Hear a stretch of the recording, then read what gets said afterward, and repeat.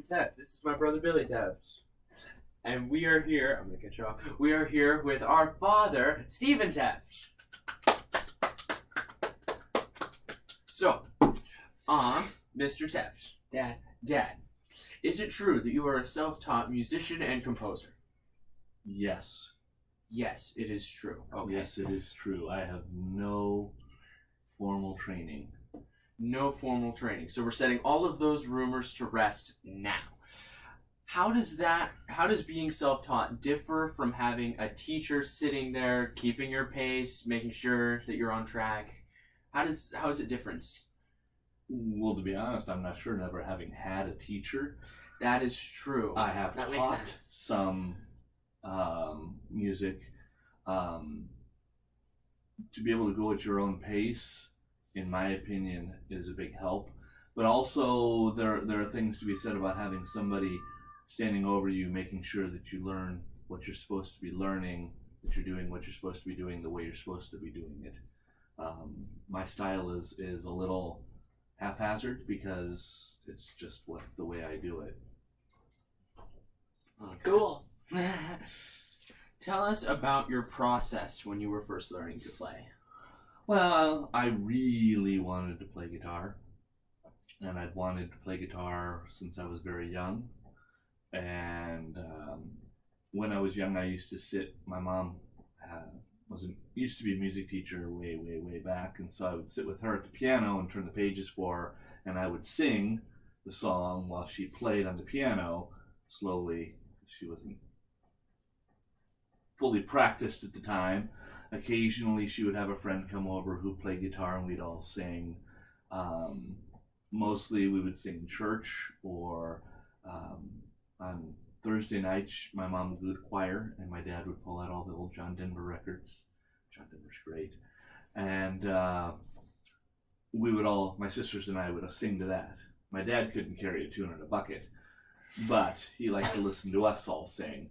So we would sing John Denver songs and sing the harmonies, and we'd all decide who's singing a melody at what point.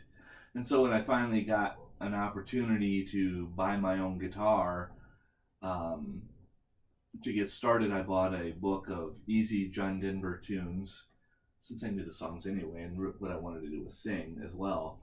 And so I would sit and just figure out where the fingers are supposed to be and strum and sing the line, and then move the fingers to the next spot and strum and sing the line.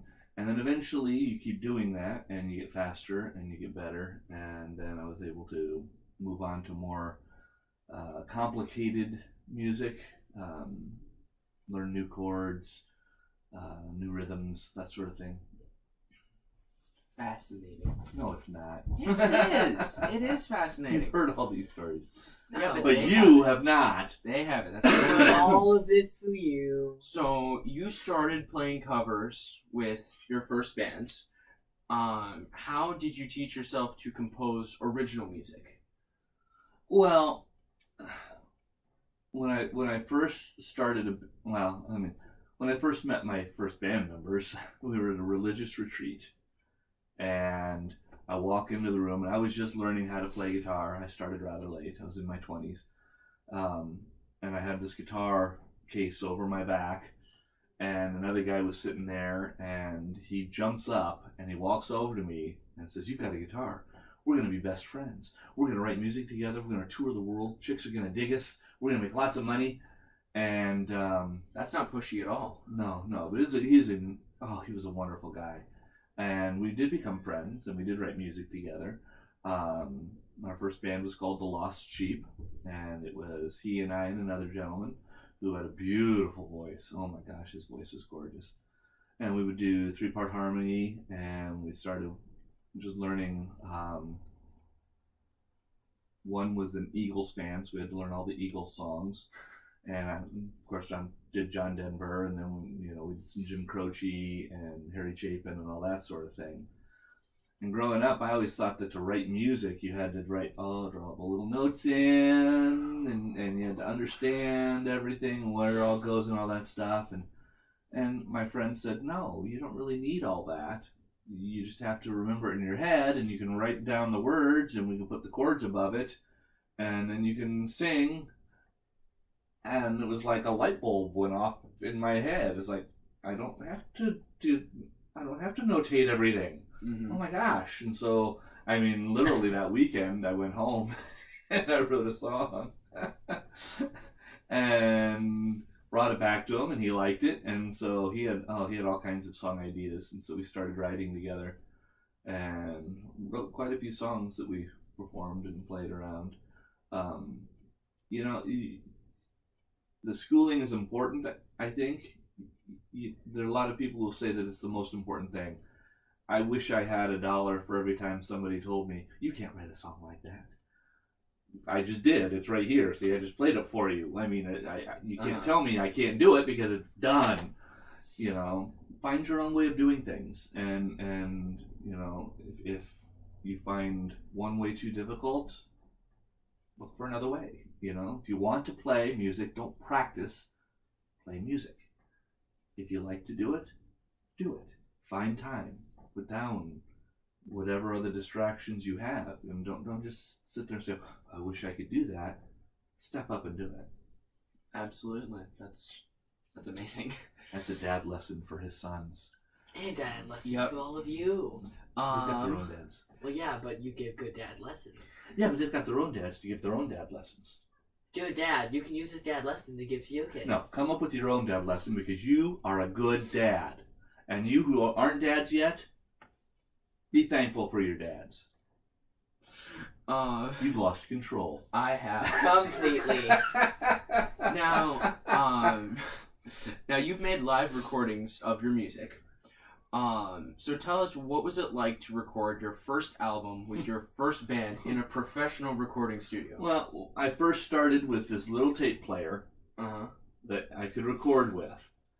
And I had to figure out how far away to put this tape player so that it was picking up. Now, first of all, tape players is what we had before phones and radios and stuff like that. If you could record back it. in the ancient old days. Just wanted to clear that on cassettes. And I mostly started just so that I could save my songs, so I didn't have to remember everything that I was writing. Because I was writing a lot of songs, and it all just kind of poured out of me for a long time.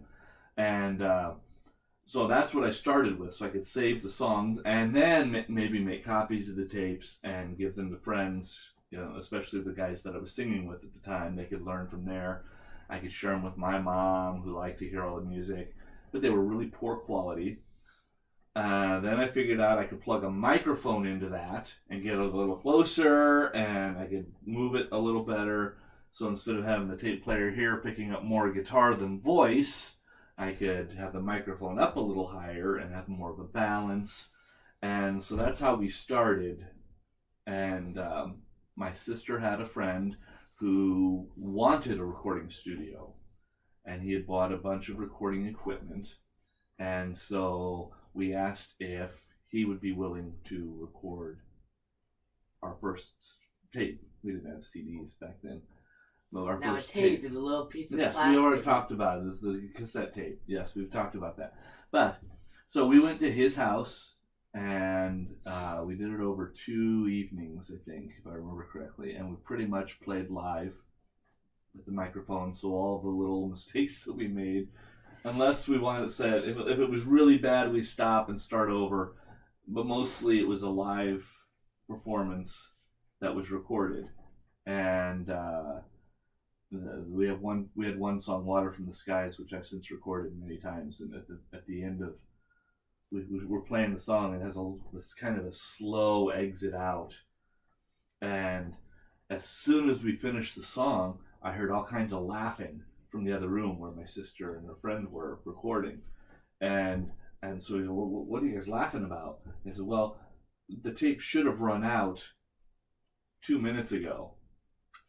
Sometimes they have a little extra time on these recording tapes, and we were sitting there watching, when is it going to stop? When is it going to stop? And it was right after I finished the song that they ran out of tape. So it was just barely made it through kind of thing. Yeah. Divine providence. Yeah. So all our harmonies there were live, and it was fun. It was a lot of fun. And then we went in and we were able to do a little bit of editing, but not a whole lot. You know, where if somebody was a little quieter, we could bring them up in the mix a little bit, or someone's a little loud. But everybody had a microphone in the room, and so what I'm singing is also going into his microphone and also into his microphone. So we couldn't overdub anything. Mm-hmm. So, but it was recording is a different art form than live music. In all honesty, you can do things recording wise that's really hard to do live on stage. Naturally. So, and they're both fun. I love them both. Later, I had another band called Cor Sanctum, and one of the band members did some research because we talked about recording in the studio and found a wonderful guy in Omaha who recorded in his basement. Shout out to Tom at Tesco. Check him out. Tesco Recording. He was just wonderful. And with that, we were able to do more overdubs, and we could figure out more of what we wanted to do.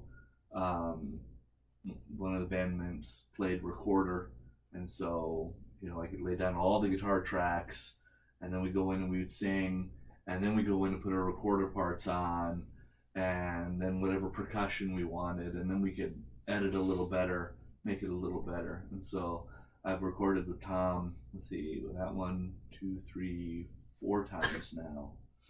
And I think each time I've gotten better at it, but you know, that's really for other people to decide when they listen to the music, if you know. But I like doing it by myself, going into the studio, and I've done some recording at home, some demo stuff. I love getting into the studio with Tom because having another ear there, we'll try this, or do we want to try that, or I don't think you got that quite right, you know, things like that. It's a big help. And then it's also fun doing it with other people as opposed to just a solo act, and finding out the things that they can bring to the song. Because to me, the song is the most important thing. I'm not, you know, I want the song to live. I want other people to listen and appreciate the music, even if they don't like me personally, you know, and there are lots of people who don't. I know you're out there, and I'm really sorry. But I want the songs to be able to stand on their own. So you have Let's two. acknowledge that for a moment. That was really nice. Yeah. Now go on.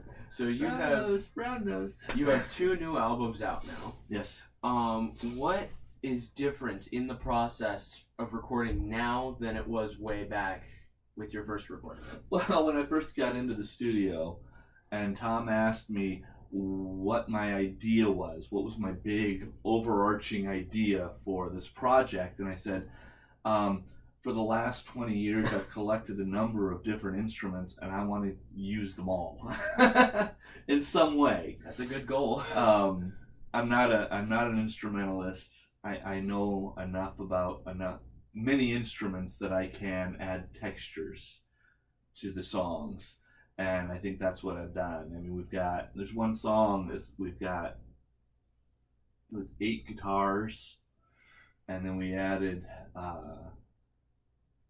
we've got some banjo on the CDs, and mandolin, bass, percussion of all sorts, keyboard, juice harp, what else do we, melodica, these melodica on there, recorders on there, harmonica, resonator. So there's a number of different instruments on there, and I was able to just add some textures using these things, and it was a lot of fun. I had a heck of a good time doing it. Okay, I just want to make light of this real quick. He played all of those instruments himself. This took a long time. I just want to make light of that. He makes it... So buy the CD so you can listen to the awesome majesticness of it. Awesome majestic. Awesome majesticness. Totally unbiased opinion. The awesome Here's your majesticness money, of here's your him. money. Okay, No, but I mean, I went in and we recorded the guitar, the beginning guitar tracks, and I set a record with him that we did. We recorded 17 songs, the opening, just the basic guitar, in one setting in one day. So that set a record for him there. And you're saying this so casually. He was very excited about that we had 17 tracks. And then we set a record for, I had read an article and watched some videos on what's called Nashville tuning of a guitar. And it's a high-strung guitar, so the guitar is tuned an octave higher than, it's like the high strings of a 12-string guitar. And I liked the idea, and so I strung one of my guitars that way. And I started playing it. I liked it, and I thought, well, that's a neat texture. That's gonna be great. So I brought that in, and he had heard of it, but he'd never seen anybody do it before, Tom. So there was another start for him. And so then we had a microphone at the sound hole of the guitar, a microphone up here, we had another microphone over here, and then one a little further away. It's like right here? Yeah, about right there. And I would play, and then he would come in out of the studio, and he said, "No, I'm just not getting the sound. I'm just not getting the sound. I hear it right here, and when I go back in there, it's not coming to the speakers." And so he's messing with these microphones, and so he added another one here, and then he finally added one down here, and he says, "That did it. That did it." We had like 8 microphones. I was trapped. And but for some reason the sound he was hearing was projecting out the back. It was he couldn't explain it either. Interesting. Yeah, but that's the sound he heard, and so we had these 8 microphones all for this one guitar. Clear sound. Yeah. So that's we had a lot of things like that where we were able to let's move the microphone just a little bit and see where it goes, and then he had never recorded a bass harmonica before, which was a lot of fun. Sounds like it. He had never recorded a bass recorder before, so that was fun. Just figuring out where the microphone needed to be placed to get the sound you hear with your ears, because just putting a microphone in the room doesn't necessarily do it. So wow. Yeah, it was a lot of fun. And it was the biggest compliment he ever gave me was one time we would record the stuff, and then I would take a rough mix back home and play it on my computer, and then try out different sounds. Mm-hmm. And well, that's not quite the sound I'm looking for, and we tried this, and like there's a couple of solos where I tried it on 4 or 5 different instruments before I finally decided, banjo. This is a banjo part, and it just fits better than other things. And and then some of the things I would record at home on my computer and then take that file into him, and then we could do whatever magic he did do it to make it fit in and sound good. And he started playing one song, and he looked at me and he says, "I never know what to expect from you. This is very, very good." So that was a huge compliment coming from Tom. He was just amazing.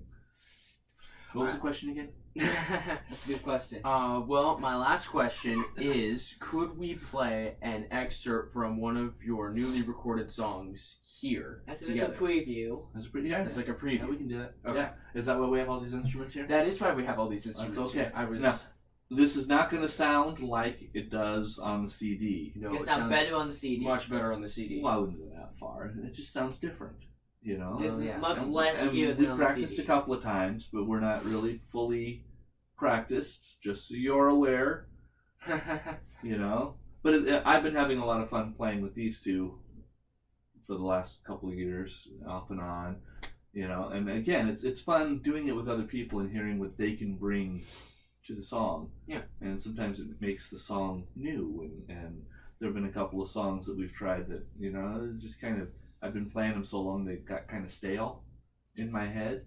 Mm-hmm. And then you guys bring out new things. It's like, hey, I forgot how great this song really is, Yeah. So We're going to do, which one we're going to do? Back to you? Back to you. Let's see if I can stay in shot here. Okay, so this is As I very smoothly press keys. me on guitar and Bill on, Based on Monica. well, Basically. it's his keytar. Isn't that Guitar. awesome? And then Simon on the cajon. The cajon. The cajon. You can't see it probably, but it's basically a box that you beat the side of. Yes. That's basically That works. Like he does his siblings. That's not true. Let's. This is this is YouTube here. I'm gonna get in big trouble. The only people you need to worry about being in trouble with is me and your mom. Okay. That's true. Okay. So you guys ready? Yep. So this is called Back to You. It was an excerpt from Back to Yeah, we're not going to do the whole song. We'll just do part of it. We don't want to bore you. Ready? 2, 3, 4.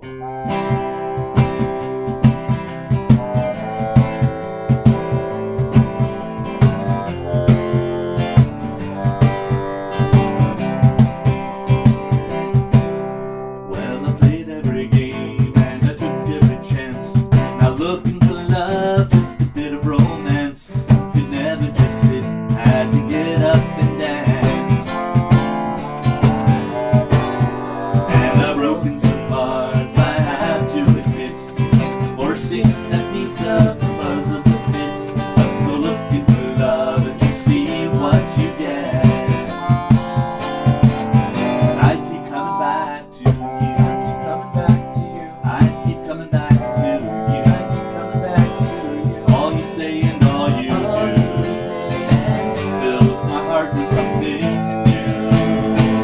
I keep coming back to you. I keep coming back to you. You're a love so rare and true. Keeps me coming back to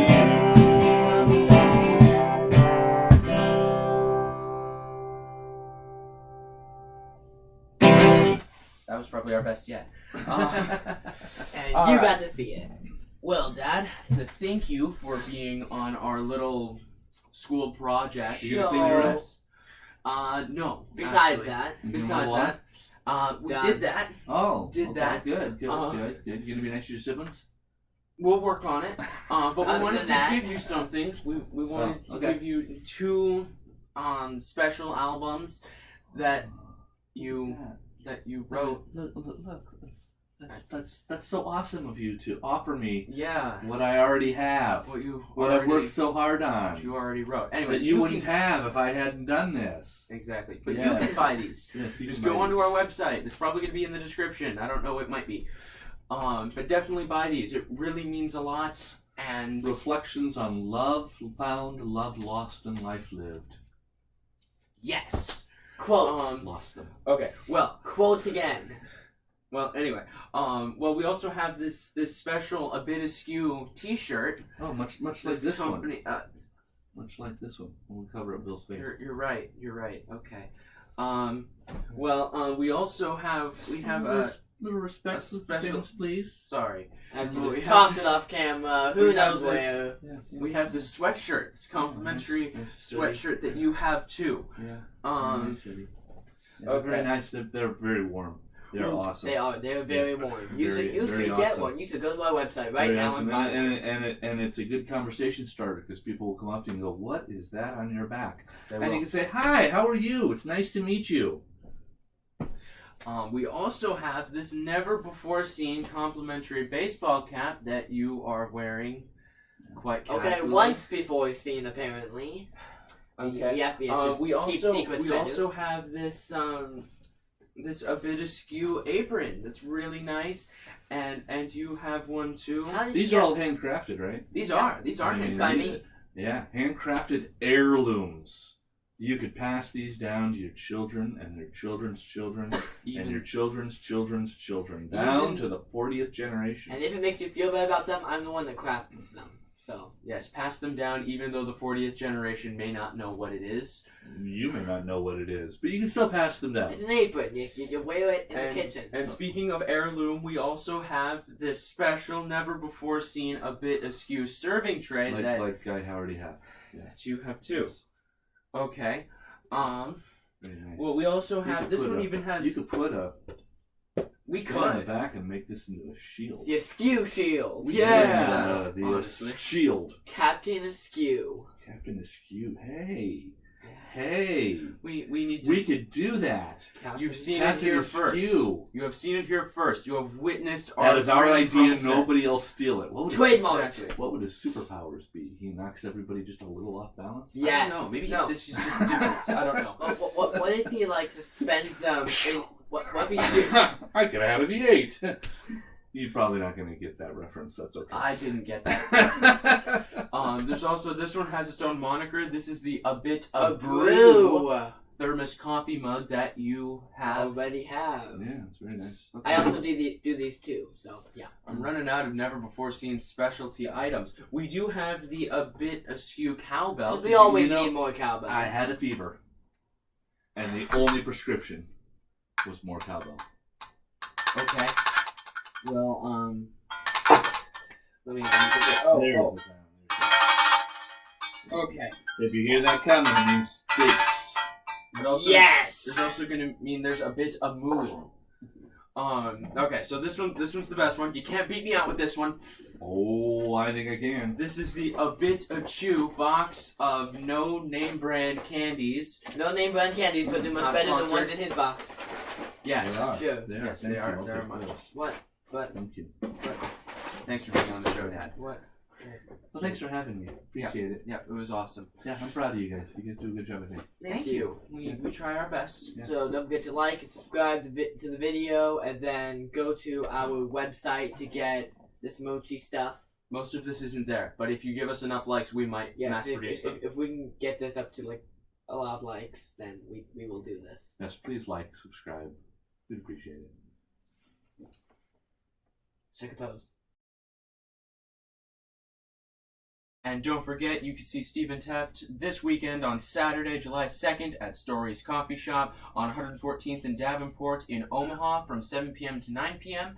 And what's even better?